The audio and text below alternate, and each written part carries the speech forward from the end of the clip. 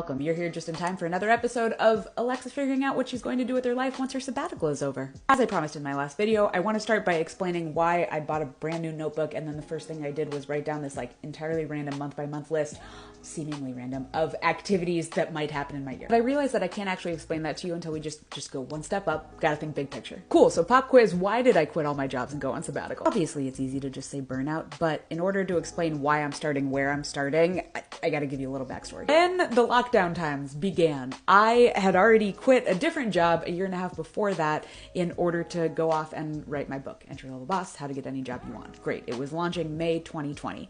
I had started an entire company, fundraised, done the entire startup-y thing, and I had money hit the bank 6 weeks before the lockdown started, and then 6 weeks after the lockdown started was when my book was going to be launching. And I already had full-time employees, the whole thing. Things obviously didn't go particularly as planned, but long story short, what's important to know is that since late 2019, I have been making all of my professional decisions on a 6 to 8 week survival timeline, financial survival, mental health survival, whatever.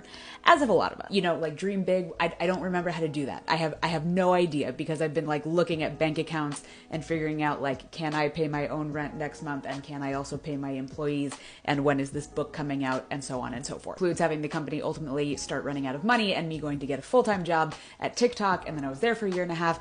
Anyways, so here is what my goal is in going back to work. The first one is short-term cash flow, obviously. The next one is deciding on a big goal, not life purpose, just a big goal that I'm gonna work on for the next 2 to 3 years. And then obviously long-term cash flow. One of the biggest critiques that I get about Entry Level Boss is people are I don't know how to choose what I want to do with my life. I don't know either, so I'm gonna try to start walking you through it. But importantly, we're not ever gonna refer to it as life purpose. These are the 3 things that I'm trying to solve. I'm not gonna be tackling short-term cash flow until probably the end of the month. And so I decided to slowly start getting into this mindset of thinking about this big goal by thinking about if I was gonna work towards showing up at some conference professionally, what would I want to show up at? This is my month-by-month list, just fully brainstormed, and then I actually looked up dates for when these things happen, right? Do I want to go to Cannes again this year? Do I want to work towards the Streamies? I haven't made a decision yet, to be clear, but this is a starting point.